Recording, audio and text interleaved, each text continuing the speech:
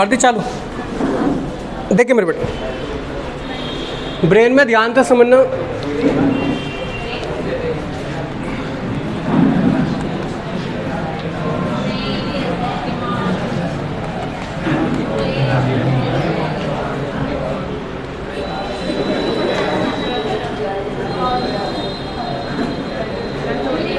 देखिए बेटा, बात करते हैं ब्रेन टॉपिक के ऊपर। देखो, इसका इंग्लिश मीडियम और हिंदी मीडियम में सेंड कर दूंगा, ठीक है। अभी जो चीज़ें समझाने के हैं वो मैं अपने नोट्सों से समझाऊंगा। देखो मेरे बेटा, बातें नहीं, चीज़ों को समझना। अगर हम बात करें हर किसी का ब्रेन, इस पिक्चर को बहुत बड़ी चीज़ है, इस पिक्चर में समझने वाली चीज़ है। हर किसी का ब्रेन उसके हाथों में होता है, ठीक है। जैसे हमारे मानवीर का दिमाग इस टाइम उनके हाथ में, संजय का उनके हाथ में, सद्दाम, ठीक है। आगे देखिए, अगर आप ब्रेन का यूज़ सही कामों में लगाओगे तो आप सही बन जाओगे, और गलत कामों में लगाओगे तो गलत बन जाओगे। आगे देखिए, जो हमें ब्रेन में से पढ़ना है, ये सभी चीज़ों के ऊपर पढ़ना है कि सेरेब्रम क्या होता है, मिड ब्रेन क्या होता है, हाइपोथैलेमस क्या होता है, थैलेपस क्या होता है, स्कल क्या होता है, ठीक है, मेंडुला ओब्लांगेटा क्या होता है। ये सब चीज़ें हमें पढ़नी है।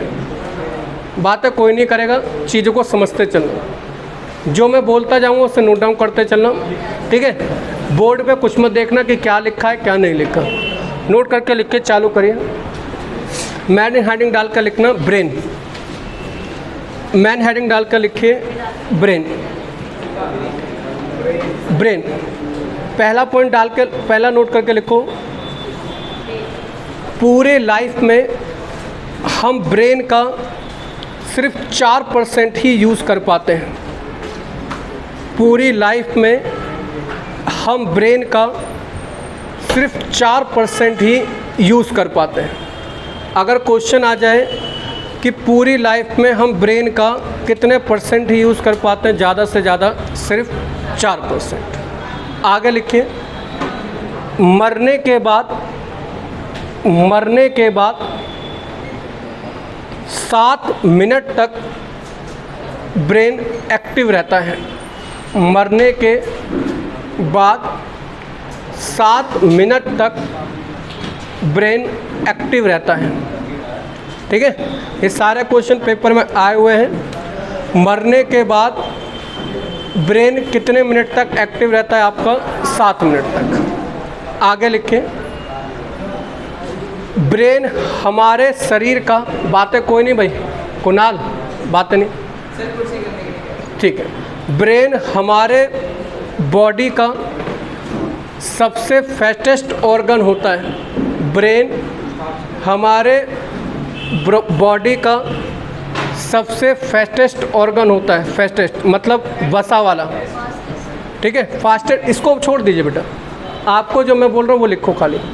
मेरे नोट्स में क्या कमी है मुझे पता है, ठीक है। सबसे ज़्यादा वसा जो होती है, फैट जो होता है, वो हमारे ब्रेन में होता है, ठीक है। हमारे शरीर में जो सबसे ज़्यादा फैटेस्ट ऑर्गन होता है वो कौन सा होता है? ब्रेन होता है, ठीक है। सबसे ज़्यादा जो फैट होगा वो किस में होगा? ब्रेन में। अब क्वेश्चन आएगा, ब्रेन में फैट क्यों होता है? नोट करके लिखना, नोट करके लिखिए। ब्रेन सबसे ज़्यादा काम करता है, ब्रेन सबसे ज़्यादा काम करता है, इसीलिए सबसे ज़्यादा एनर्जी चाहिए होती है। ब्रेन सबसे ज़्यादा काम करता है, इसीलिए सबसे ज़्यादा एनर्जी चाहिए होती है। और वसा से, फैट से, और फैट से 9.3 कैलोरी एनर्जी मिलती है, और फैट से 9.3 कैलोरी एनर्जी मिलती है। जबकि जबकि कार्बोहाइड्रेट से जबकि कार्बोहाइड्रेट से 4.3 से 4.5 कैलोरी एनर्जी मिलती है, जबकि कार्बोहाइड्रेट से 4.3 से 4.5 कैलोरी एनर्जी मिलती है। इसका मतलब आप ये समझ सकते हो, इतना लिखने के बाद समझना। देखो ब्रेन सबसे ज़्यादा काम कर रहा है तो ब्रेन को चाहिए एनर्जी, और एनर्जी हमें मिलती है कार्बोहाइड्रेट से या तो मिलेगी फैट से, ठीक है, मिलती प्रोटीन से भी है। अगर हम बात करें ज़्यादातर हम जो एनर्जी लेते हैं वो कार्बोहाइड्रेट से लेते हैं, समझते चलना। इसके बाद जो नेक्स्ट टॉपिक होगा वो डाइजेशन सिस्टम होगा। तो जो हम कार्बोहाइड्रेट से एनर्जी का देखो कंपेयर करो फैट का, तो आपको दिख रहा होगा फैट से एनर्जी क्या मिल रही है, डबल मिल रही है। अब आपके दिमाग में ये आएगा कि अगर एनर्जी फैट से ज़्यादा मिल रही है तो हम सारी फैट की चीज़ें खानी चालू कर दें। अगर हम सब ज़्यादा फैट की चीज़ें खाएंगे तो हमारे शरीर में क्या बढ़ जाएगा, कोलेस्ट्रॉल की मात्रा बढ़ जाएगी, और कोलेस्ट्रॉल बढ़ गया तो जो हमारी ब्लड वेसल्स हैं उनमें जमा हो जाएगा, समझते चलना। अब ब्लड वेसल्स में अगर हमारा यहाँ पर फैट है, कोलेस्ट्रॉल है, तो ब्लड आगे नहीं जाएगा, और ब्लड डेली क्या करेगा, इस पर प्रेशर बनाएगा और आगे पीछे होता रहेगा। किसी दिन ज़्यादा प्रेशर करने के लिए इसको तोड़ने की कोशिश करेगा, और ज़्यादा प्रेशर से जब ब्लड निकलेगा तो क्या आ जाएगा, हार्ट अटैक आ जाएगा, समझ रहे हो। तो इसीलिए ज़्यादा फैटी चीज़ों का सेवन नहीं करना चाहिए, नोट करके लिख लेना। ज़्यादा फैटी चीज़ों का सेवन करने से, ज़्यादा फैट वाली चीज़ों का यूज़ करने से कोलेस्ट्रॉल बढ़ जाता है। ज़्यादा फैट वाली चीज़ें यूज़ करने से कोलेस्ट्रॉल बढ़ जाता है। ज़्यादा फैट वाली चीज़ें यूज़ करने से कोलेस्ट्रॉल बढ़ जाता है, ठीक है। कोई डाउट तो नहीं? अभी ध्यान रखना, इसके बाद आपको खुद एक वीडियो सेंड करूँगा और उसमें टेस्ट दे रहा है अपने आपको कितना आपको आता है। कोई दिक्कत तो नहीं? पहली चीज़ हमें पता चल गया, ब्रेन को एनर्जी के लिए क्या चाहिए, फैट, इसीलिए फैटेस्ट ऑर्गन है। फैट की ज़रूरत क्यों? क्योंकि फैट से एनर्जी ज़्यादा मिलेगी। फिर आगे अगर हम बात करें, ऐसे तो हमें एनर्जी चाहिए तो हम फैट की चीज़ें खाना ज़्यादा चालू कर दें, मगर हम ज़्यादा इसलिए नहीं खा सकते क्योंकि फैट से क्या बढ़ता है, कोलेस्ट्रॉल बढ़ेगा, और कोलेस्ट्रॉल हमारे ब्लड वेसल्स में जमा हो गया तो नुकसान दे देगा। आगे लिखो, आगे लिखो, चाइल्ड के, बच्चों के ब्रेन का वेट 300 से 400 ग्राम होता है। जो बच्चे होते हैं उनके ब्रेन का वेट 300 से 400 ग्राम होता है। जो बच्चे होते हैं उनके ब्रेन का वेट 300 से 400 ग्राम होता है। आदमी, मैन के ब्रेन का वेट 1450 ग्राम होता है। जो आदमी होते हैं, मैन होते हैं, उनके ब्रेन का वेट 1450 ग्राम होता है। हिंदी इंग्लिश में किसी को दिक्कत नहीं आनी चाहिए क्योंकि मैं बोल दोनों भाषाओं में रहा हूँ, समझा रहा हूँ। और इसमें कोई ऐसा नहीं है brain of human weight of human brain, ये लिखवाने की ज़रूरत नहीं है, नॉर्मल सी चीज़ें याद करने वाली। तो मनुष्य के मस्तिष्क, जो आदमी होता है उसके ब्रेन का वेट कितना होता है बेटा, 1450 ग्राम होता है। आगे लिखिए, महिलाओं के, वुमेन के ब्रेन का जो वेट होता है वो 1350 ग्राम होता है, ठीक है। ये एवरेज है बेटा, ध्यान रखना, एवरेज। तो महिलाओं के मस्तिष्क का जो वजन है, ब्रेन का जो वेट है वो 1350 ग्राम होता है, ठीक है। कुछ लड़के इसको देख के खुश हो रहे हैं, है ना। अब मगर उन्हें ये नहीं पता जो 100 ग्राम ज़्यादा दिया है वो इन्हीं में सारा खर्च कर देते हो, ठीक है। आगे देखो, नेक्स्ट लिखे, एवरेज वेट, ब्रेन का जो एवरेज वेट है, मतलब महिलाएं और पुरुषों का अगर एवरेज निकाला जाए तो 1400 ग्राम आता है। ठीक है, एवरेज वेट जो है ब्रेन का वो 1400 ग्राम है। इसीलिए देखो आप जब किताबों में पढ़ोगे तो किसी किताब में 1450 लिखा होता है, किसी में 1400 लिखा होगा। तो अगर वो 1400 बता रहा है तो आदमी के बता रहा है। मेन जो पेपर में आता है वो 1400 ग्राम आता है। वो ऑप्शन के ऊपर बात है, वो ऑप्शन में दे क्या रखा है, नोट करके लिखे। ब्रेन का वजन हमारी टोटल बॉडी वेट का 2% होता है। ब्रेन का वेट हमारा टोटल बॉडी वेट का 2% होता है। ब्रेन का जो वेट है वो हमारा टोटल बॉडी वेट का 2% माना जाता है। ठीक है, ब्रेन का वेट हमारी टोटल बॉडी वेट का 2% होता है। कोई डाउट तो नहीं मेरे बेटा? आगे देखिए, नेक्स्ट लिखो, नेक्स्ट लिखो। हमारे ब्रेन में मिनरल्स में, खनिज में, हमारे ब्रेन में मिनरल्स में, खनिज में सोडियम की मात्रा सबसे ज़्यादा होती है। हमारे ब्रेन में मिनरल्स में सोडियम की मात्रा सबसे ज़्यादा होती है। अगर क्वेश्चन आ जाए कि मनुष्य के मस्तिष्क में सबसे ज़्यादा मिनरल्स मतलब खनिज कौन सा होता है, तो आंसर होगा सोडियम। क्लियर? ब्रेन में सबसे ज़्यादा मिनरल्स कौन सा होता है? सोडियम। इसी का आगे लिखना,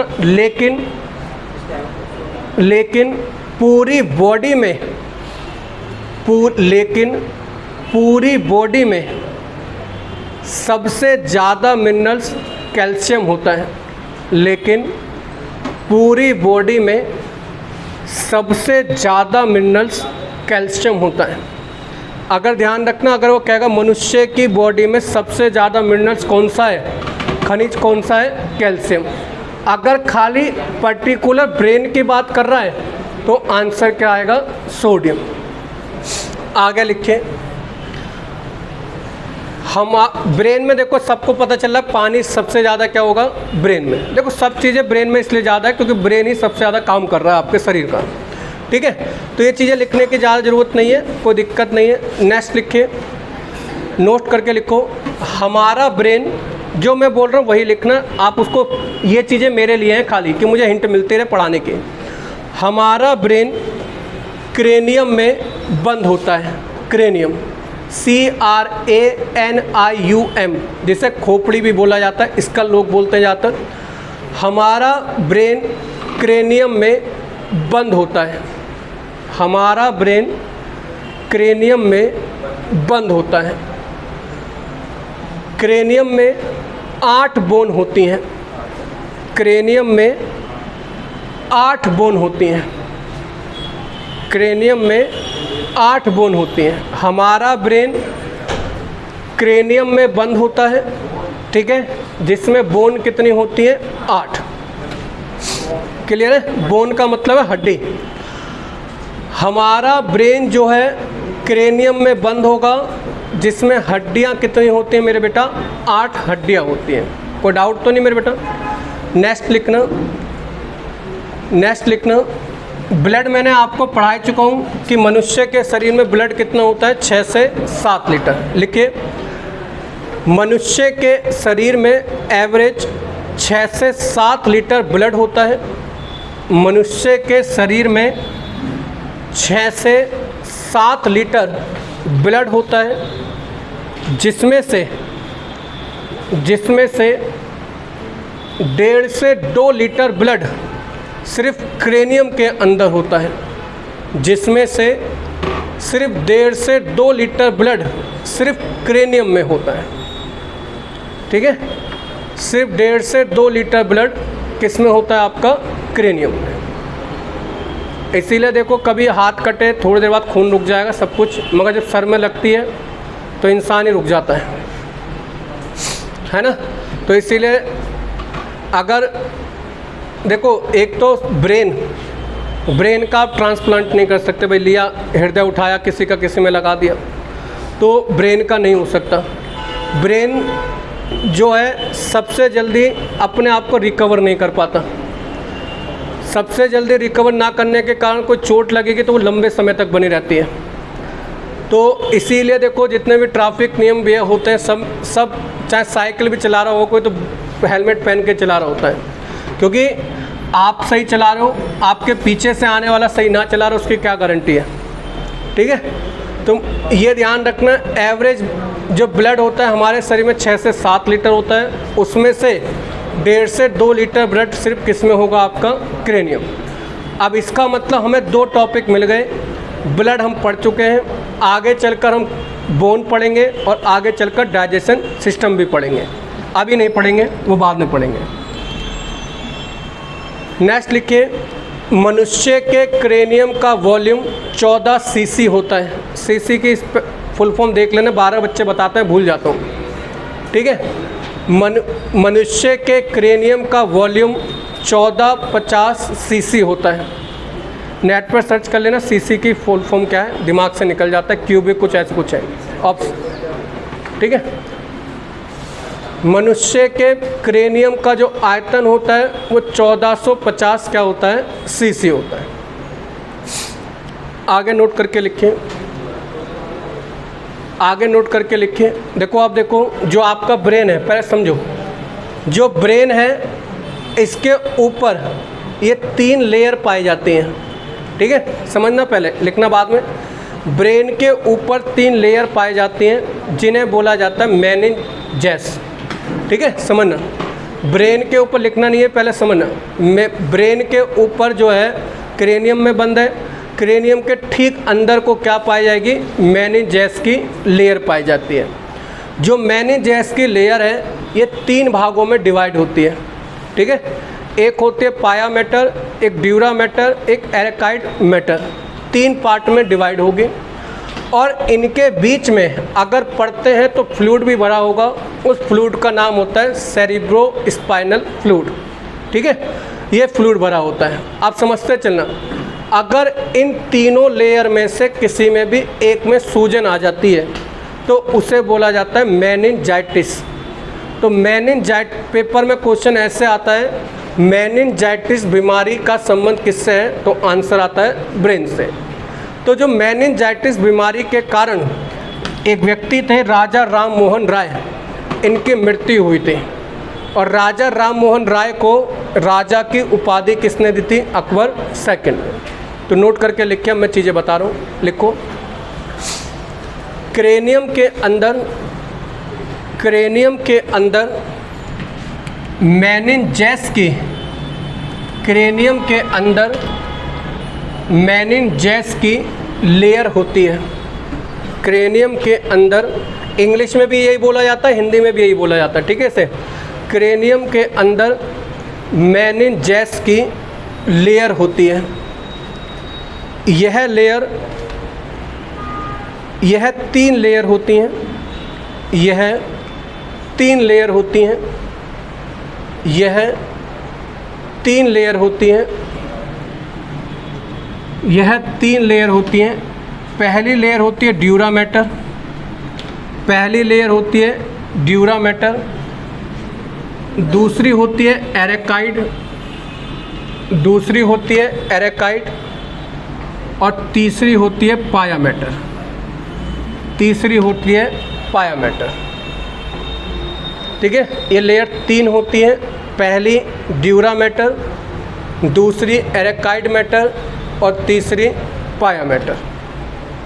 ठीक है, जो इंग्लिश मीडियम में चाहे तो आपको जब मैं नोट्स दूंगा तो इसमें से भी आप इनमें से पढ़ सकते हो, मगर पहले बता दूं, नोट्स जो मेरे पुराने नोट्स बने हुए हैं उससे डीप नोट्स किसी भी बुक में नहीं बने हुए हैं। तो इसीलिए मैं हमेशा कोशिश करता हूँ पुराने नोट्सों को ही अपने पढ़ाने की। इंग्लिश में मैं खुद पे खुद कन्वर्ट करने की कोशिश करता हूँ जो पढ़ाते टाइम ही। पाया मैटर, ड्यूरा मैटर, एरेकाइड मैटर। अब देखो सबसे नीचे की कौन सी है, पाया मैटर। तो जो भी कुछ ब्रेन से इसे संकेत मिलेंगे तो सबसे पहले किससे मिलेंगे, पाया मैटर। नेक्स्ट लिखना, इन लेयर के बीच में सेरिब्रो स्पाइनल फ्लूइड भरा होता है, सेरिब्रो स्पाइनल फ्लूइड भरा होता है। इन लेयर के बीच में सेरिब्रो स्पाइनल फ्लूइड भरा होता है। इन लेयर के बीच में सेरिब्रो स्पाइनल फ्लूइड भरा होता है। सेरिब्रो स्पाइनल फ्लूइड भरा होता है। पेपर में यही क्वेश्चन आएगा। क्लियर है? दोबारा समझाता हूँ क्या बोला। ब्रेन किसके अंदर बंद होगा? क्रेनियम। क्रेनियम से अंदर जाओगे तो मेनिंजेस की लेयर पाई जाएंगी। मेनिंजेस की लेयर 3 होती हैं, पाया मैटर, एरेकाइड। पहला आएगा ड्यूरा मैटर, एरेकाइड मैटर और फिर पाया मैटर। और इनके बीच में जो फ्लूइड भरा होगा सेरिब्रो स्पाइनल फ्लूइड भरा होगा। लिखना, इन तीनों लेयर में से किसी एक में भी सूजन आने से, इन तीनों लेयर में से किसी एक में भी सूजन आने से मेनिंजाइटिस की बीमारी हो जाती है। किसी एक परत में भी सूजन आने से मेनिंजाइटिस बीमारी हो जाती है। मेनिंजाइटिस बीमारी हो जाती है। किसी भी एक लेयर में सूजन आने से मेनिंजाइटिस बीमारी हो जाती है। इस बीमारी के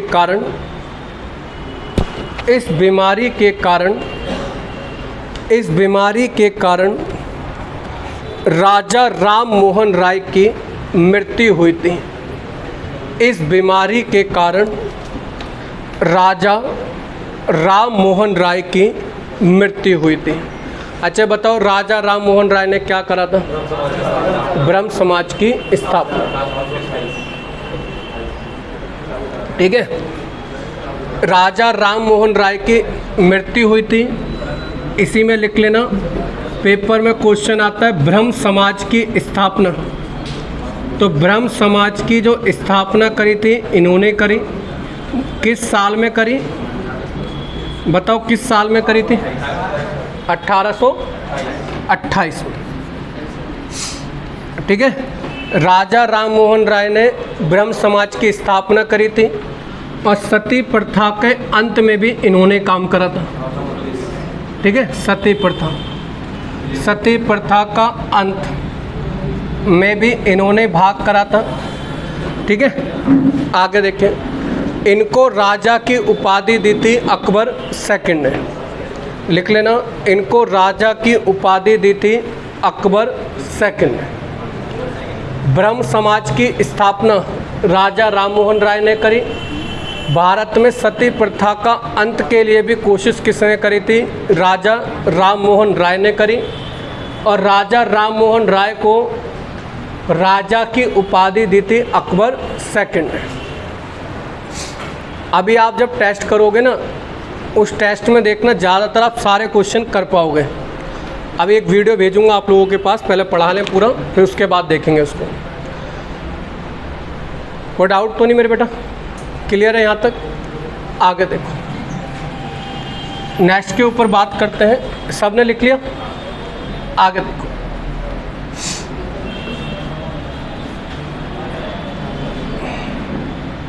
ये न्यूरॉन को बाद में भी पढ़ा दूंगा। इसको अभी नहीं पढ़ेंगे, इसको लास्ट में पढ़ेंगे, क्योंकि अभी आपको जो समझ रहे हो फिर वो आपको समझना बाहर हो जाएगा।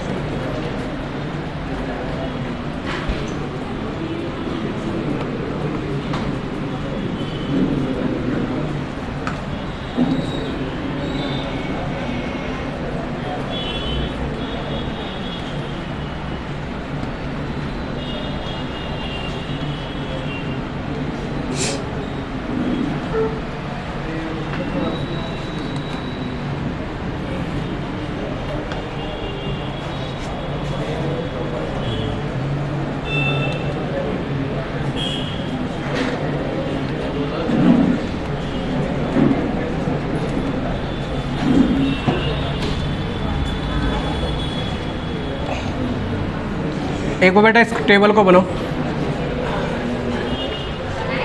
हाँ, इसे यहाँ तक लिख लीजिए, यहाँ तक बना लो।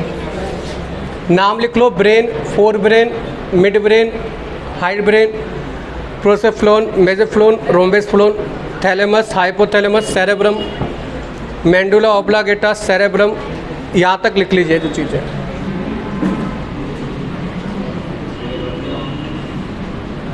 ठीक है, ये सब लिखना है, टेबल बना लो। ये इसलिए लिखवा रहा हूँ क्योंकि इंग्लिश मीडियम हिंदी मीडियम में नाम पता हो जाएगा। इंग्लिश में भी सेम ही नाम है, हिंदी में भी सेम ही नाम है। हाँ जी, जैसे टेबल बनी हुई है वैसे बना लीजिए। फिर इनके बारे में लिखवाऊँगा क्या क्या क्वेश्चन इनसे पूछे जाते हैं, बस ये बना लीजिए। जो मैंने हाईलाइट करा वैसे ही बना लूँ, ऐसा नहीं चकोर चकोर से मैं लिखूँ, वो अपने आप लिख लेना, ऐसे लिखना। मैंने हाईलाइट कर दिया जो नोट डाउन कर लिया।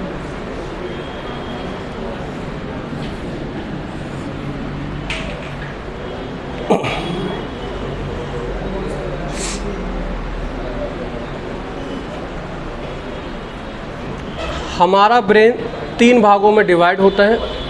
एक जिससे अग्र मस्तिष्क हिंदी में जाए तो अग्र मस्तिष्क, मध्य मस्तिष्क और पश्चिम मस्तिष्क जिसे बोला जाता है। ठीक है,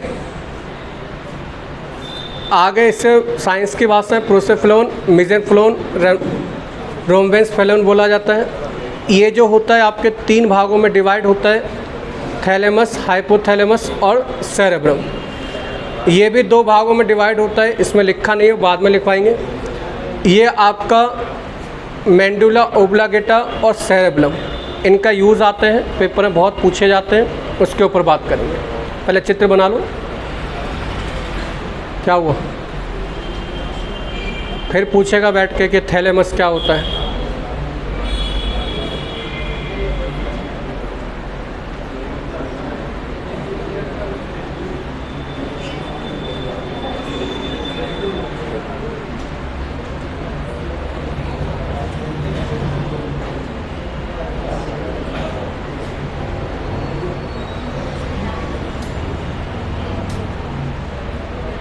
लिख लिया बेटा? बस ये लिखना है जो मैंने हाईलाइट करवाया। पेपर में हमें सिर्फ एक चीज़ का ध्यान रखना, हमें सिर्फ इतना पढ़ना है जिससे पेपर पास हो। हमें ना तो किसी को पढ़ाना, देखो पढ़ाई 2 तरह के लिए होती है, या तो आगे चलकर फ्यूचर में आपको टीचर बनना हो, किसी को पढ़ाना हो, फिर तो वो सब पढ़ना पड़ता है जो पेपर में कभी नहीं पूछा जाता। जैसे आप मेरे नोट्सों में भी देखते होंगे, मैं बहुत सारी चीज़ें पढ़ाता ही नहीं हूँ। क्यों? क्योंकि एक टीचर होने के नाते हमें सबके बारे में पता होना चाहिए, मगर एक स्टूडेंट होने के नाते आपको सब कुछ नहीं पढ़ना, आपको सिर्फ उतना पढ़ना जितना मेरे आपके पेपर में आता है। क्योंकि पढ़ने के लिए तो अगर आप जाओ तो ब्रेन के ऊपर एक पूरी मोटी किताब भी लिखी होगी भाई किसी ने, तो या तो पूरी ब्रेन को पढ़ लो। मेन है जितना हमारे पेपर में आना है खाली उसको पढ़ना है, और जिससे हमारा पेपर पास हो जाए। ठीक है, लिख लीजिए।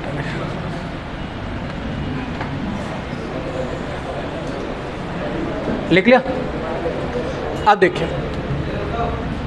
जल्दी लिखा करो यार। हो गया? नहीं, बस इतने चित्र ही बनाना खाली, बस ये लिखना बेटा, ये सब चीज़ नहीं बनानी। ये चित्र बनाकर कोई आपसे पेंटर नहीं बनवाएगा पेपर में जाके। कोई पेपर में कभी ये नहीं कहेगा कि वहाँ कहाँ पर थैलेमस है, कहाँ पर हाइपोथैलेमस है, कहाँ पर सेरेब्रम है, ऐसा कभी कोई नहीं पूछेगा। हमसे जो पूछा जाएगा हम उसके ऊपर बात करते चलेंगे। कोई डाउट तो नहीं बेटा? अब देखें, अगर हम इसके ऊपर बात करें,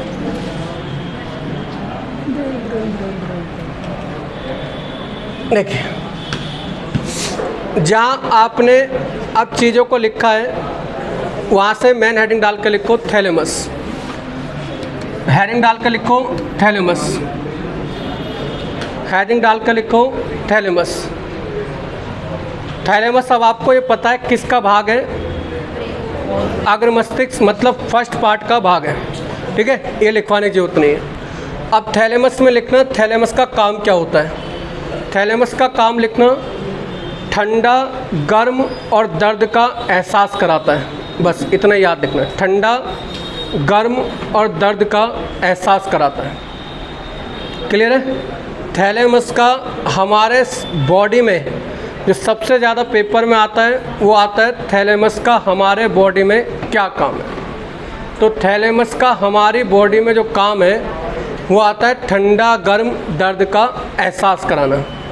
ये बहुत बार पेपर में क्वेश्चन आया हुआ है। मेन फंक्शन ऑफ थैलेमस क्या है? ठंडा, गर्म, दर्द का एहसास कराता कौन है? थैलेमस। ठीक है, मैं इतना ही ध्यान रखना, बाकी चीज़ें नहीं पढ़नी। ठीक है, आगे बात करेंगे चीज़ों को, जो जो पेपर में आनी है वो सारी बातें करेंगे। नेक्स्ट लिखो हाइपोथैलेमस।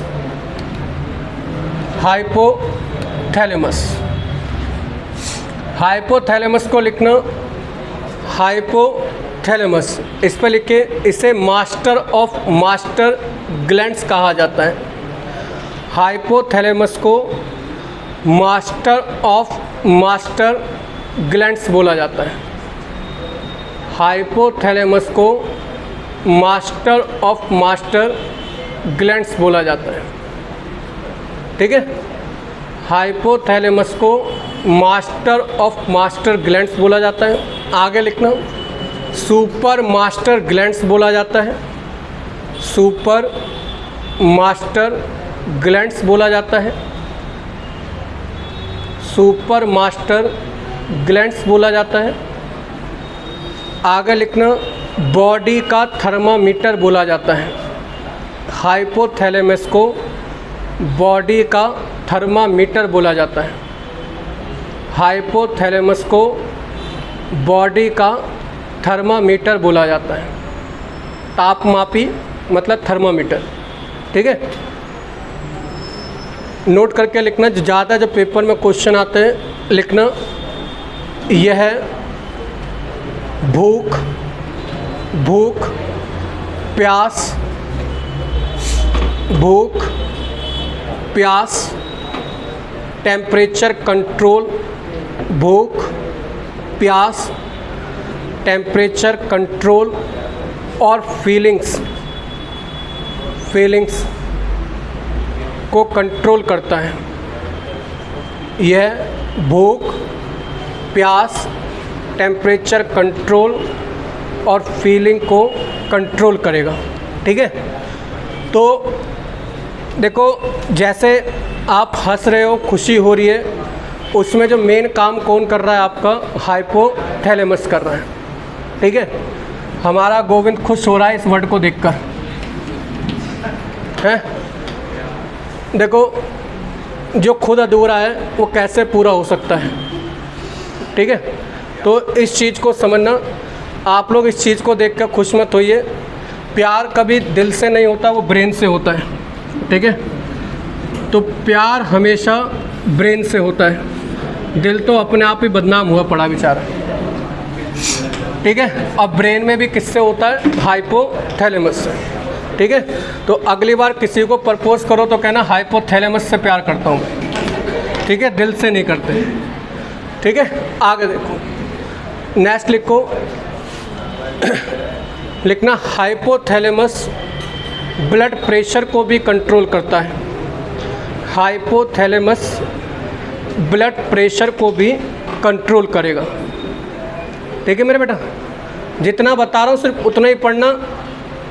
इस ब्लड प्रेशर और हार्मोन्स को लिख लो। ब्लड प्रेशर और हार्मोन को कंट्रोल करता है।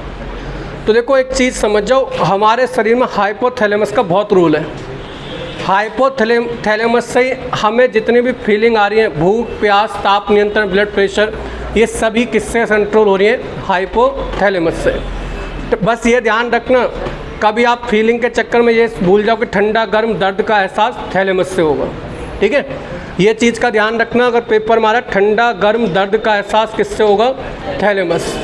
और इसके अलावा कोई फीलिंग आ रही है या कोई चीज़ कंट्रोल आ रही है, जैसे ब्लड प्रेशर कंट्रोल हो गया, हार्मोन कंट्रोल हो गया, तो ये सारा काम किससे होता है? आपका हाइपोथैलेमस से। रट लेना, पेपर में एज इट इज पूछे जाते हैं। आगे देखो, नेक्स्ट के ऊपर बात करें, नेक्स्ट आता है सेरिब्रम। सेरिब्रम में लिख लेना, सेरिब्रम में लिखना, इसे इंटेलिजेंट माइंड भी कहा जाता है। सेरिब्रम को इंटेलिजेंट माइंड भी कहा जाता है। सेरिब्रम को इंटेलिजेंट माइंड भी कहा जाता है। सेरिब्रम को इंटेलिजेंट माइंड भी कहा जाता है। यह मस्तिष्क का सबसे बड़ा भाग होता है। यह मस्तिष्क का, यह ब्रेन का सबसे बड़ा भाग होता है। यह ब्रेन का सबसे बड़ा भाग होता है।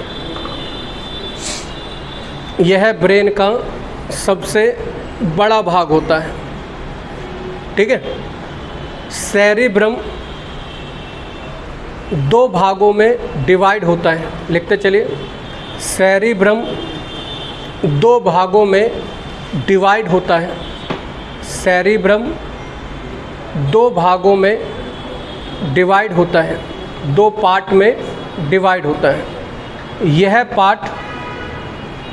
पार्ट आपस में न्यूरॉन से जुड़े होते हैं। यह पार्ट आपस में न्यूरॉन से जुड़े होते हैं। यह पार्ट आपस में न्यूरॉन से जुड़े हुए होते हैं। क्लियर है? अगला लिखना, सेरिब्रम के उभरे हुए भाग को, उभरा मतलब टेढ़ी मेढ़ी सी संरचना होती है, अभी दिखाऊंगा। उभरे हुए को इंग्लिश में समझ में नहीं आ रहा क्या बोला जाएगा। सेरिब्रम के उभरे हुए भाग को गायरस कहा जाता है। सेरिब्रम के उभरे हुए भाग को, या ऊपरी संरचना लिख लो, जैन में बेटा, सेरिब्रम के उभरे हुए भाग को गायरस कहा जाता है, ठीक है। सेरिब्रम के उभरे हुए भाग को क्या बोला जाता है? गायरस बोला जाता है, ठीक है। आगे देखिए, मैं गायरस, जो ये उभरा हुआ सा भाग है ना, ये सब चीज़, इसे गायरस बोला जाता है। ये जो उभरा हुआ सा भाग दिख रहा है आपको। नेक्स्ट आइए, ये सब चीज़ें ध्यान रखना, ये आपके पेपर में कभी नहीं आती। कौन सा किसको कंट्रोल करता है, क्या होता है, इसमें आपको बिल्कुल भी नहीं पढ़ना। ये चीज़ें जो है ना, उभरी हुई सी संरचना जो है, इसे गायरस बोला जाता है। नेक्स्ट लिखना, सेरिब्रम जो अब ये भाग है, इसमें क्या क्या इंपॉर्टेंट आते हैं लिखना। सेरिब्रम के 4 भाग, सेरिब्रम के 4 भाग,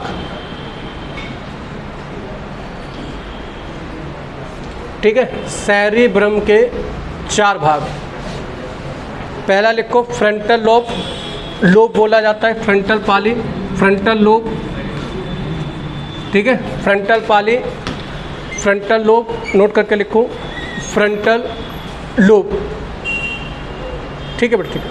फ्रंटल लोब नोट करके लिखो, फ्रंटल लोब। फ्रंटल लोब में लिखना, कुछ पूछना था बेटा, ठीक। फ्रंटल लोब, फ्रंटल लोब में देखो मेन जो आपको मेन चीज़ जो लिखनी है फ्रंटल लोब में, फ्रंटल लोब में बस इतना लिखना, ये हमारे मसल्स को कंट्रोल करता है।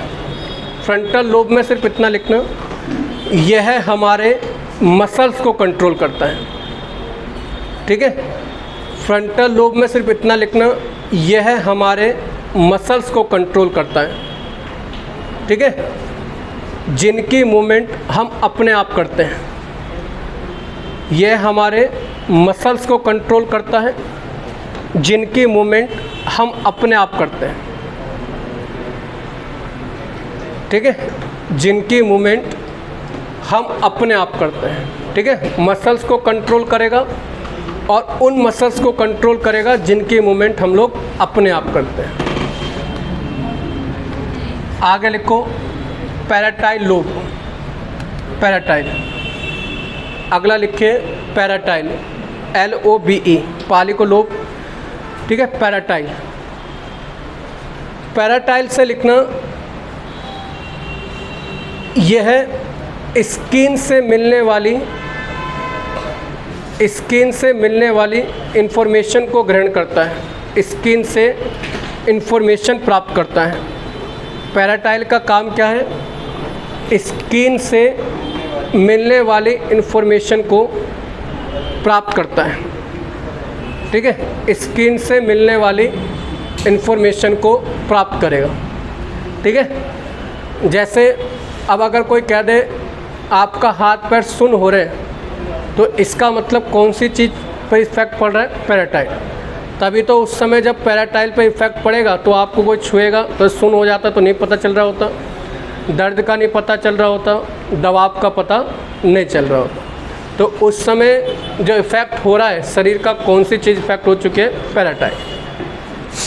ये मत याद करना कि लॉजिकली रीजनिंग, मैथमेटिकल कैलकुलेशन, ये कोई भी चीज़ पेपर में नहीं आती।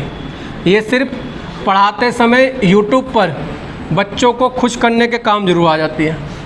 नेक्स्ट लिखिए ऑक्सीपिटल। नेक्स्ट लिखिए ऑक्सीपिटल। इंग्लिश में भी अगर आप लिखना चाहें तो जगह बाद में लिख लेना उसके नीचे कि इसको कैसे इंग्लिश में बोलते हैं, ऑक्सीपिटल। बस ऑक्सीपिटल में लिख लेना जो हमें देखने को कंट्रोल करता है। मैं इसमें ऑक्सीपिटल में लिख लेना देखने को कंट्रोल करता है, ठीक है, देखने को। ऑक्सीपिटल देखने को कंट्रोल करता है, ऑक्सीपिटल देखने को कंट्रोल करेगा। आगे लिखिए टेम्परेल। टेम्परेल, टेम्परेल में लिखना सुनने को कंट्रोल करता है। ध्यान रखना ऑक्सीपिटल ड्रीम फॉर्मेशन में भी काम करेगा, लिख लेना ऑक्सीपिटल ड्रीम फॉर्मेशन मतलब सपने देखने में। ऑक्सीपिटल जो होता है ड्रीम फॉर्मेशन में भी काम करता है और टेम्परेल भी ड्रीम फॉर्मेशन में भी काम करेगा। टेम्परेल आपके सुनने को भी कंट्रोल करता है और ड्रीम फॉर्मेशन में भी क्या करता है, आपका मदद करेगा सपने देखने में, ठीक है। फिर क्वेश्चन आता है शरीर का हार्ड मतलब ब्रेन का हार्ड डिस्क किससे कहा जाता है? स्टोरेज मेमोरी या ब्रेन हार्ड डिस्क, तो लिखना हिप्पोकैम्पस। हिप्पोकैम्पस। तो हिप्पोकैम्पस को ब्रेन हार्ड डिस्क कहा जाता है। ब्रेन हार्ड डिस्क, हमारे ब्रेन में सारी चीज़ें किस में स्टोर हो जाती हैं? ब्रेन हार्ड डिस्क में स्टोर हो जाती हैं, जिसे हिप्पोकैम्पस बोला जाता है। इसीलिए कभी कभी आपके जीवन में ऐसी घटनाएं होती हैं जो आपको लगता है ये घटना तो मेरे साथ पहले भी हो चुकी है, ठीक है, क्योंकि आपके जीवन में हर किसी के साथ ऐसा होता है। ऐसा नहीं है कि मेरे साथ ही होता है, ये सबके साथ होता है। कभी कभी आप बाइक चला रहे होंगे तो आपको लगता है ये तो सीन मैंने पहले भी देख रखा है, अब फिर याद नहीं आता कब देख रखा है, ठीक है। फिर उसके बाद ये भी लगता है कि हाँ अब इसके बाद ये होगा, मगर फिर वो हो ना हो बात अलग है। बहुत बार ज़िंदगी में ऐसी चीज़ें आती हैं क्योंकि हमने वो चीज़ को पहले फील करा होता है तो ब्रेन वहीं पे लेके चला जाता है। आगे देखें, नेक्स्ट लिखो MPD। MPD multiple personality disorder, ये फ्रंटल पाली को प्रभावित करता है, फ्रंटल लोब को। MPD मल्टीपल पर्सनैलिटी डिसऑर्डर, ये फ्रंटल पाली को प्रभावित करता है। फ्रंटल पाली, फ्रंटल लोब। अभी इंग्लिश में जो नोट्स हैं उसको भी समझा दूंगा, हिंदी में नोट्स है उसको भी समझा दूंगा, तो ब्रेन यहीं पर हट जाएगा। आपको घर पे जाकर पढ़ने की जरूरत नहीं पड़ेगी। घर पे जाकर सिर्फ इतना काम करना, जो वीडियो भेजूंगा उस वीडियो को चल रही होगी, उसमें क्वेश्चन आंसर आ रहे होंगे, बस क्वेश्चन के आंसर अपने आप देते चले जाना, अपने आप ब्रेन अपने आप याद हो जाएगा। MPD मल्टीपल पर्सनैलिटी डिसऑर्डर, इससे फ्रंटल पाली इससे प्रभावित होती है, ठीक है। आपने फिल्म भी देखी होगी आप परिचित जो थी, ठीक है, उसमें आप परिचित फिल्म थी नहीं थी पता नहीं, उसमें मगर एक व्यक्ति का नाम आप परिचित जो था उसमें, ठीक है, वो देखी भी होगी सबने, ऐसे कोई वो इतनी अच्छी फिल्म है सभी देखते हैं उसे, ठीक है। आगे देखिए, नेक्स्ट लिखो, ये ज़्यादातर चीज़ें आपके रहने दीजिए, मिड ब्रेन से कुछ ज़्यादातर चीज़ें पेपर में नहीं पूछी जाती। ये लिखो सेरिबेलम, पश्चिम मस्तिष्क से ऊपर पहुंच चुके हैं। सेरिबेलम, जिसे लिटिल ब्रेन बोला जाता है, अनुमस्तिष्क बोला जाता है, ट्री ऑफ लाइफ बोला जाता है। सेरिबेलम, लिटिल ब्रेन, जिसे अनुमस्तिष्क, जिसे ट्री ऑफ लाइफ बोला जाता है, ठीक है। नाना पाटेकर की फिल्म देखी भी होगी, कहते हैं छोटा दिमाग, ठीक है, वो पढ़ा लिखा था। तो सेरिबेलम, लिटिल ब्रेन, अनुमस्तिष्क, ट्री ऑफ लाइफ, जीवन का पेड़। ठीक है। अब सेरिबेलम से जो पेपर में क्वेश्चन आता है, ये सब चीज़ें आपकी फिगर में दे रखी हैं यहाँ पर। ठीक है, ये रही जैसे। अब ट्री ऑफ लाइफ जैसे क्वेश्चन आता है, बॉडी का जो बैलेंस बनाने का काम है वो किसका है? सेरिबेलम का। तो लिख लीजिए, शरीर का बैलेंस बनाए रखना इसका पहला काम है। शरीर का बैलेंस बनाए रखना, सेरिबेलम। शरीर का बैलेंस बनाए रखना किसका काम है? सेरिबेलम का। क्लियर। अब आप एक चीज़ को देखिए, अगर कोई ये कह दे कि कोई अल्कोहल का सेवन कर रहा है तो कौन सी ब्रेन की कौन सी चीज़ सबसे ज़्यादा प्रभावित होगी? तो क्या प्रभावित होगी? सेरिबेलम। और सेरिबेलम के साथ आपका हाइपोथैलेमस भी, भाई फीलिंग भी तो चेंज हो जाती है ना। तो सेरिबेलम का मेन जो काम है वो शरीर का क्या बनाए रखना है? आपका संतुलन बनाए रखना है, इसका काम है। आगे देखो, नेक्स्ट के ऊपर बात करें। ठीक है, ये लिखा भी है, अधिक अल्कोहल से सेरिबेलम क्या हो जाता है? आपका प्रभावित हो जाता है। अब ये सारी कंडीशनें आप अपने आप समझ सकते हो। जब आप अधिक अल्कोहल कर लेते हो तो बोलने की शक्ति क्या कर देते हो? आप खो देते हो। तो दूसरा काम लिखो, बोलने की शक्ति को कंट्रोल करता है। जो सेरिबेलम है ये बोलने की शक्ति को क्या करता है? कंट्रोल करता है। ठीक है, बोलने की शक्ति को क्या करता है? कंट्रोल करेगा। बोलने की शक्ति को कंट्रोल करता है। ठीक है, कोई दिक्कत तो नहीं? आगे देखिए, और ये मैंने अभी बता दिया, थैलेमस, हाइपोथैलेमस भी ये क्या हो जाएंगे? प्रभावित हो जाते हैं। ठीक है।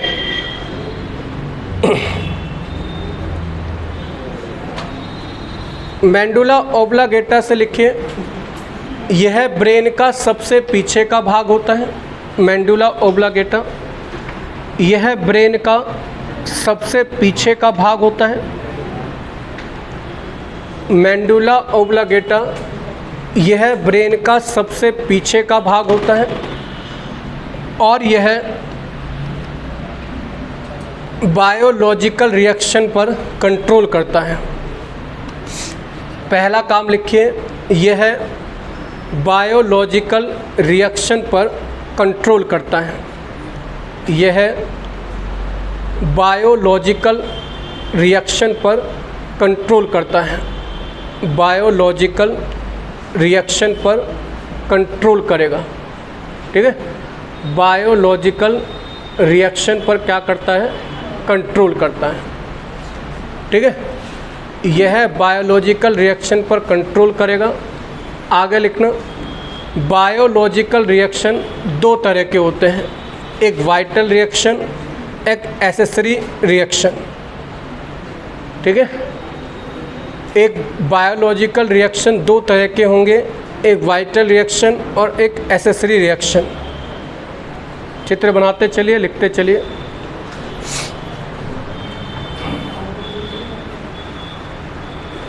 विकास बुलाना। आप बेटा लिख नहीं रहे? लिखे हुए हैं? चल, अच्छी बात है, अगर लिखे हुए तो फिर कोई दिक्कत नहीं है। ठीक है, तो बायोलॉजिकल रिएक्शन आपके दो तरह के होते हैं, एक वाइटल रिएक्शन और एक एसेसरी रिएक्शन। अब देखो ध्यान से समझना, पेपर में क्वेश्चन आ जाता है कौन से वाइटल रिएक्शन है, कौन से एसेसरी रिएक्शन है। तो देखो, अगर हम बात करें वाइटल रिएक्शन के ऊपर, तो जो वाइटल रिएक्शन होते हैं, देखो ध्यान से समझना, जो वाइटल रिएक्शन होते हैं हमारे शरीर के अंदर, ये क्रियाएं कहाँ पर होती है? हमारे शरीर के अंदर, मगर ये कैसी होती है? इनवॉलेंट्री। इनवॉलेंट्री का मतलब क्या है? जिनके ना होने पर शरीर की मृत्यु हो जाती है। ठीक है, अगर ये काम नहीं होंगे तो इनसे शरीर की क्या हो जाएगी, मृत्यु। तो जहाँ पर वाइटल रिएक्शन लिखे हैं उसके नीचे लिखना यह इनवॉलेंट्री रिएक्शन होते हैं, यह इनवॉलेंट्री रिएक्शन होते हैं। जहाँ वाइटल रिएक्शन लिखा है उसी के नीचे लिखना यह इनवॉलेंट्री रिएक्शन होते हैं जिनके ना होने पर मृत्यु हो सकती है। यह आपके अनैच्छिक मतलब इनवॉलेंट्री रिएक्शन होते हैं जिनके ना होने पर शरीर की क्या हो सकती है, मृत्यु। अब ये कौन कौन से हो जाएंगे, तो देखिए अगर आप इनके ऊपर बात करें, जैसे एग्जाम्पल लिख लो, रेस्पिरेशन श्वसन क्रिया, रेस्पिरेशन श्वसन क्रिया, डाइजेशन पाचन, रेस्पिरेशन प्रोसेस मतलब श्वसन क्रिया, डाइजेशन नहीं होगा तो मृत्यु हो जाएगी। आपका हार्ट बीट नहीं होंगी तो मृत्यु हो जाएगी। ब्लड सर्कुलेशन नहीं होगा तो आपका मृत्यु हो जाएगी। अब आप इन पर कंट्रोल नहीं कर सकते। अगर कोई आपसे कहे भैया अपनी हार्ट बीट रोक कर दिखाओ, नहीं रोकी जा सकती। ये इनवॉलेंट्री है, जो होनी है वो होनी है, ठीक है। रेस्पिरेशन सिस्टम जो आपके श्वसन की प्रक्रिया, आप सांस अपने आप नहीं रोक सकते। आप कहोगे जी रोक सकते हैं, तो कितनी देर रोक के देख सकते हो, खुद ही छूट जाएगी, ठीक है। तो श्वसन की प्रक्रिया, हार्ट बीट, ब्लड सर्कुलेशन, ये सब क्या है, इनवॉलेंट्री है, जिन पर आपका कंट्रोल नहीं है। ये वाइटल रिएक्शन है, अगर शरीर में नहीं होंगे तो इनके ना होने से हमारी क्या हो जाती है, मृत्यु। सहायक क्रिया क्या है, ये ऐसे रिएक्शन है जो शरीर में होने चाहिए, ना हो तो हमारी मृत्यु नहीं होगी, ठीक है। मतलब ऐसी हैं जिन पर हमारा कंट्रोल नहीं है। जैसे हिचकी आ रही है तो इनवॉलेंट्री, ये भी ध्यान रखना, एसेसरी ये भी हैं इनवॉलेंट्री, मगर इनके ना होने पर हमारी मृत्यु नहीं होगी। समझते चलना, उनके ना होने पर मृत्यु हो जाती है और एसेसरी रिएक्शन के ना होने पर हमारी मृत्यु नहीं होगी। जैसे हिचकी, ठीक है, हिचकी अगर आ रही है तो कोई दिक्कत नहीं है, नहीं आ रही है तो कोई दिक्कत नहीं है, ठीक है। छींकना, सर्दी जुकाम, खर्राटे, डकार लेना, उबासी लेना, आँखों का झपकना, ये सब चीज़ें अगर नहीं भी हो रही हैं तो इंसान की मृत्यु नहीं होगी। तो सहायक क्रिया में लिख लेना, यह एक ऐसे वाइटल रिएक्शन होते हैं, जैविक क्रियाएं होती हैं जिनके ना होने पर मृत्यु नहीं होगी, मतलब इनके सहायक हैं, मृत्यु नहीं होगी। जहाँ एसेसरी लिखा है वहीं पर चाहो तो एग्जाम्पल डाल कर लिख लोगे तो याद आ जाएगा। जैसे हिचकी आए चाहे ना आए, मृत्यु का कोई रिलेशन नहीं है। छींकने से, कोल्ड एंड कफ से, स्नोरिंग से, डकार लेने से, ओइंग से मतलब उबासी से, और आँखों के झपकाने से। क्लियर है? एक से मृत्यु हो सकती है, वाइटल रिएक्शन से मृत्यु हो जाएगी, इससे मृत्यु नहीं होगी। आगे अगर हम बात करें, बाकी पोन्स वेरुलाई से बस इतना लिख लेना, पोन्स वेरुलाई का कार्य है रेस्पिरेटरी सिस्टम को कंट्रोल करना। पोन्स वेरुलाई का जो काम है वो रेस्पिरेटरी सिस्टम को कंट्रोल करने का काम है। पोन्स वेरुलाई का काम है रेस्पिरेटरी सिस्टम को कंट्रोल करना। पोन्स वेरुलाई का काम है रेस्पिरेटरी सिस्टम को कंट्रोल करना। सारे काम पूछूंगा हर्ष तुमसे आज, इसके ब्रेन के क्या क्या काम है, क्योंकि सारे नोट्स बना रहे हो तुम आज। पहली बार ऐसा हो रहा है जो तुम सब कुछ लिख रहे हो, ठीक है। पोन्स वेरुलाई श्वसन तंत्र का नियंत्रण, रेस्पिरेटरी सिस्टम को ये क्या करता है, कंट्रोल करता है, ठीक है। अब देखो इसमें जितना ज़्यादा पढ़ना चाहो, पढ़ने को बहुत कुछ है, ठीक है।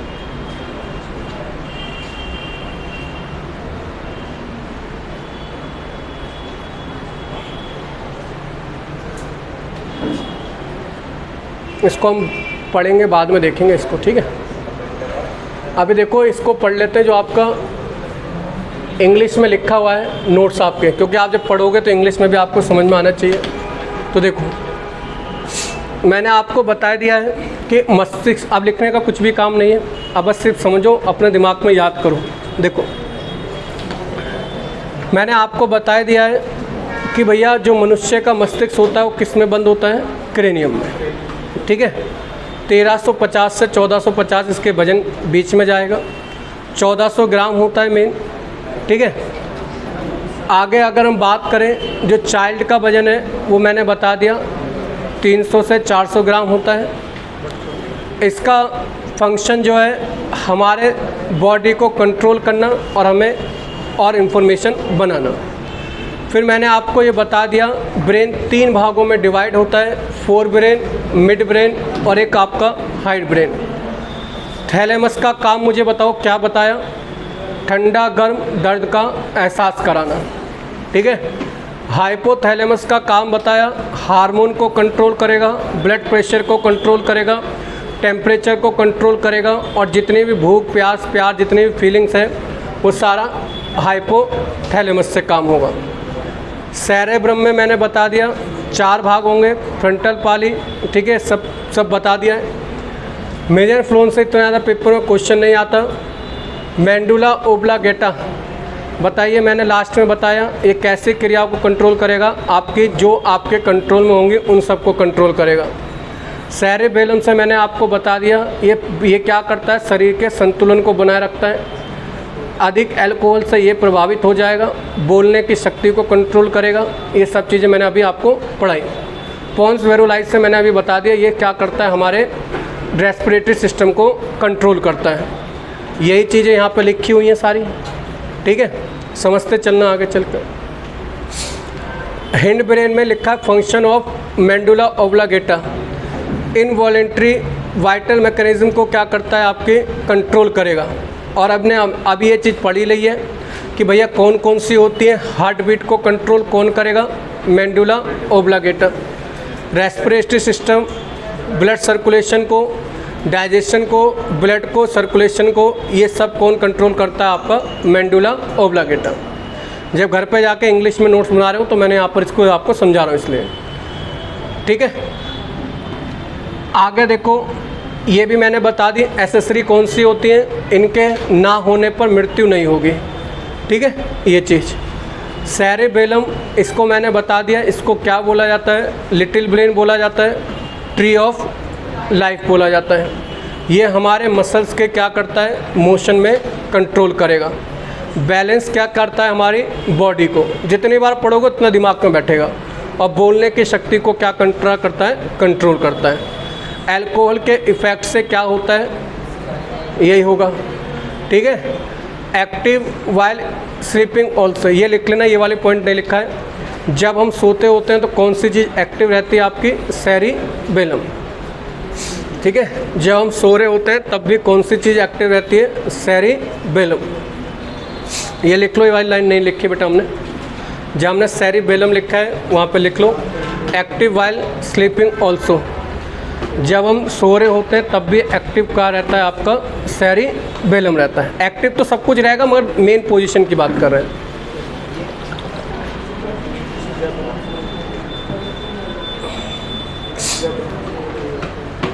देखो पोन्स वेरुलाई का जो काम है, ये मेन काम है, क्या करता है ये भी आप लोग लिख लीजिए। पोन्स वेरुलाई जो हमने लास्ट में लिखा है, ये क्या करता है, पोन्स वेरुलाई कम्युनिकेट करता है बॉडी और ब्रेन के बीच में। पोन्स वेरुलाई पे देखो, जहाँ पर जो मिलेगा मैं लिखवाता चलूँगा। पोन्स वेरुलाई का जो काम है, ये क्या करता है, कम्युनिकेट करता है बिटवीन बॉडी और ब्रेन। बॉडी और ब्रेन के बीच में संतुलन बनाए रखता है पोन्स वेरुलाई। और ये किसकी मदद करता है, मेंडुला ओब्लागेटा की। जो बच्चे इंग्लिश मीडियम है वो इंग्लिश में पढ़ लेना, मैंने हिंदी में भी चीज़ें बता दी, इंग्लिश में भी बता दी, दूसरे नोट्स भी पढ़वा दूंगा, जिससे ब्रेन यहाँ का यहीं ख़त्म हो जाएगा, घर पे जाके कुछ नया नहीं पढ़ना। हेल्प किस में करता है, मेंडुला ओब्लागेटा की कम्युनिकेशन का काम करता है बॉडी और ब्रेन के बीच में। क्लियर है? आगे देखिए, यहीं का यहीं याद हो जाएगा, टेंशन मत लेना। फिर आता है मिड ब्रेन। मिड ब्रेन से मैंने कहा ज़्यादा हमें नहीं लिखना है, बस मिड ब्रेन पे लिख लेना, smallest part of brain, brain का सबसे छोटा भाग। ब्रेन का सबसे छोटा भाग कौन सा है? Mid brain. और इसको सिक्स्थ सेंस के नाम से भी जाना जाता है। लिखते चलिए बेटा, जो चीज़ नहीं लिखी। देखो मैं पहले ही बता रहा हूँ, जैसे एक किताब में कुछ भी नहीं लिखा, ऐसे एक नोट्स में कुछ नहीं लिखा। हर किसी के थोड़ा थोड़ा चीज़ें पढ़नी पड़ती हैं, इससे कुछ नई चीज़ें मिलती हैं। मिड ब्रेन को also known as a sixth sense, यही क्या है? हमारा स्मॉलेस्ट पार्ट ऑफ ब्रेन है। अब सिक्स सेंसरी ऑर्गन आपको पता है कौन से होते हैं? पांच सेंसरी ऑर्गन होते हैं जिनसे हम क्या करते हैं? संवेदनाएं ग्रहण करते हैं। सेंसरी ऑर्गन सबको पता है, आई, ईयर, नोज, टंग और आपकी स्किन।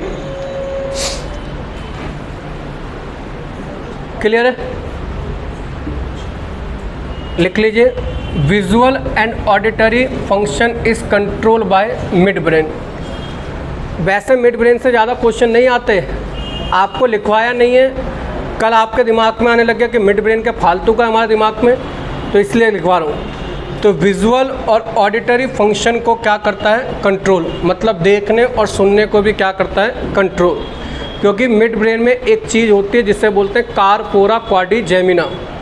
जो कार्पोरा क्वाड्रिजेमिना होता है उसका काम होता है सुनने देखने की शक्ति को कंट्रोल करना। ठीक है, visual auditory function is control by mid brain.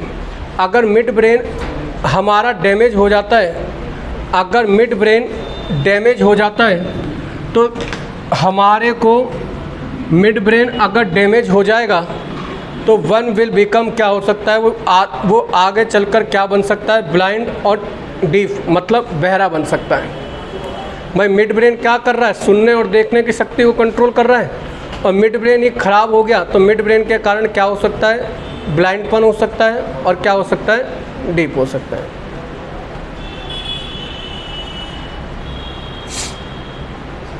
Clear?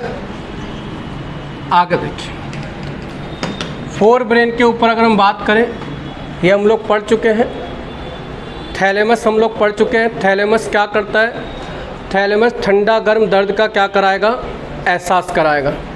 ठीक है, ठंडा गर्म दर्द, तो ठंडा गर्म दर्द का एहसास कराता है थैलेमस। आगे देखिए, हाइपोथैलेमस से मैंने पहले ही बता दिया, जितने भी फीलिंग्स आएंगी, जो भी काम होगा वो हाइपोथैलेमस के कारण होगा। टेम्परेचर को क्या करता है? कंट्रोल करता है। ग्लैंड से निकलने वाले हार्मोन को कंट्रोल करेगा। Cerebrum, largest part of brain, पढ़ा चुका हूँ ये चीज़ भी आपकी। फंक्शन ये चीज़ें रहने दीजिए कि मेमोरी प्रोवाइड करता है। बताओ, हमारे शरीर की जो मेमोरी होती है उसे क्या बोला जाता है? Hard disk. बहुत बढ़िया, कह रहा है हमारे शरीर की जो मेमोरी होती है उसे हार्ड डिस्क बोला जाता है। मैंने पूछा हार्ड डिस्क ऑफ ब्रेन किसे कहा जाता है? हिप्पोकैम्पस। ठीक है, उससे क्या नाम है? हिप्पोकैम्पस। ठीक है, अब देखो जो मैंने आपको लिखवाया था, फ्रंटल पाली, फ्रंटल पाली, टेम्परेल, ऑक्सीपिटल, और ये देखो ऑक्सी अपने आप समझ में आ रहा है। ऑक्सी मतलब देखने को कंट्रोल करेगा, पहले टेम्परेल मतलब सुनने को। तो देखो ये सब चीज़ें आपके सामने लिखी है। Function of frontal lobe, formation of memory. ठीक है, इसमें ध्यान से समझना, ये चीज़ मैं आपको पढ़ा चुका हूँ। हिप्पोकैम्पस क्या आता है? Storage of memory. Storage of memory क्या कहलाता है? आपका हिप्पोकैम्पस। एक एक चीज़ लिखिए बेटा, क्वेश्चन आता है। ये वाली बीमारी लिखिए, एमनीशिया। लिखिए AMNAESMIA। ठीक है, लिखिए बेटा। If it get damage, old memory destroy, new memory can be made. बीमारी का नाम चीज़ है। हेलो, हाँ जी बताइए। जैन बताइए।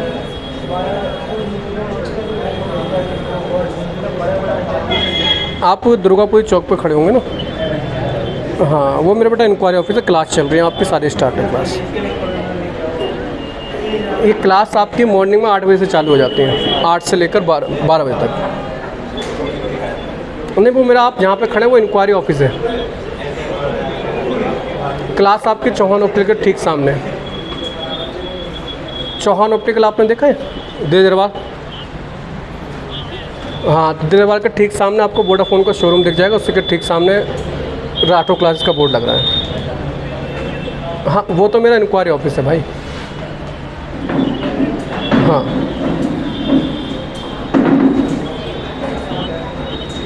चौहान ऑप्टिकल के ठीक सामने खड़े तो सेकंड फ्लोर पर ऊपर आ जाओ ना। चौहान ऑप्टिकल के ठीक सामने खड़े तो ऊपर आ जाओ।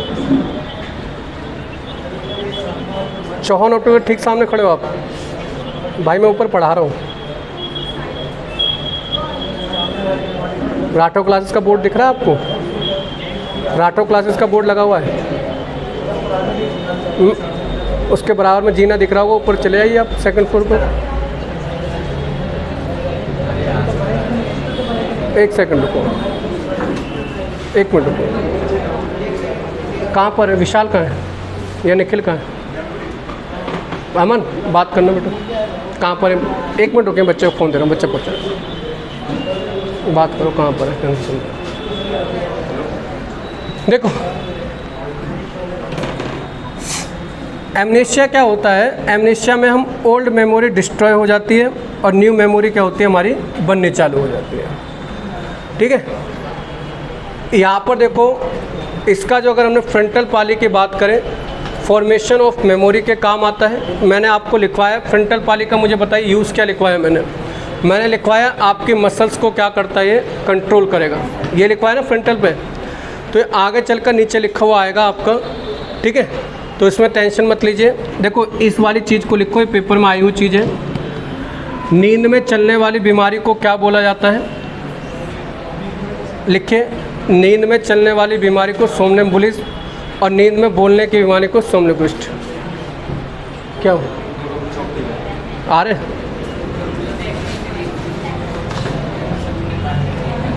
लिख के बेटा,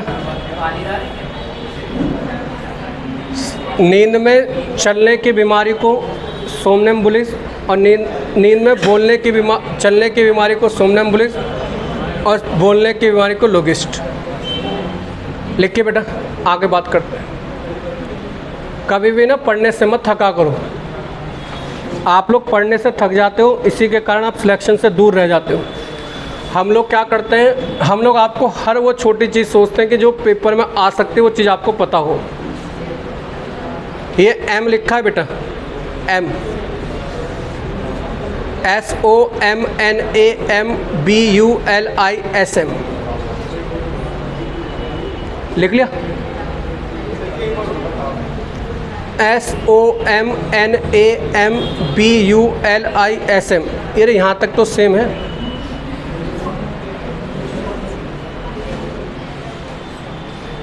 लिख लिया? आगे देखिए,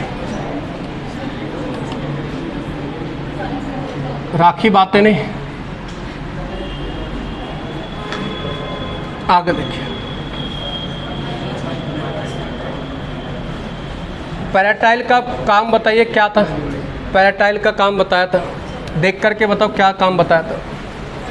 पैराटाइल का काम क्या था? स्किन से मिलने वाली चीज़ों को ग्रहण करता है। ठीक है,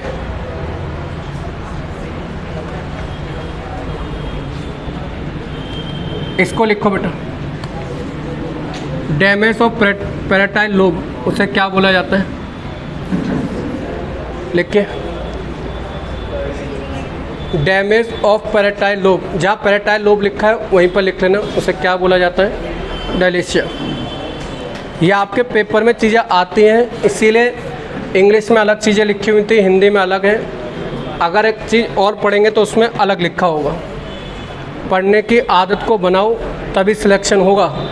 अगर आप ये सोचोगे कि मैंने तो ब्रेन पढ़ लिया, अब इसके अलावा कुछ और ब्रेन में लिखा होगा तो मुझे नहीं पढ़ना, तो आपके लिए नुकसानदायक हो जाएगा। आपको हर वो नॉलेज लेकर जानी पड़ेगी पेपर के लिए जो आपको नहीं पता है। लिख लिया मेरे बेटा? आगे देखो,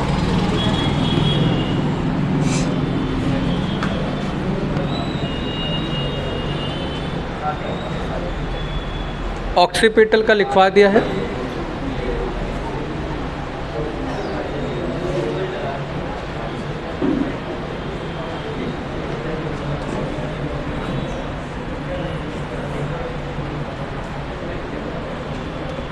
नेक्स्ट लिखिए बेटा, इसको लिखिए DOPAMINE। क्वेश्चन आता है कहाँ से निकलता है, इसका फंक्शन लिख लेना बेटा।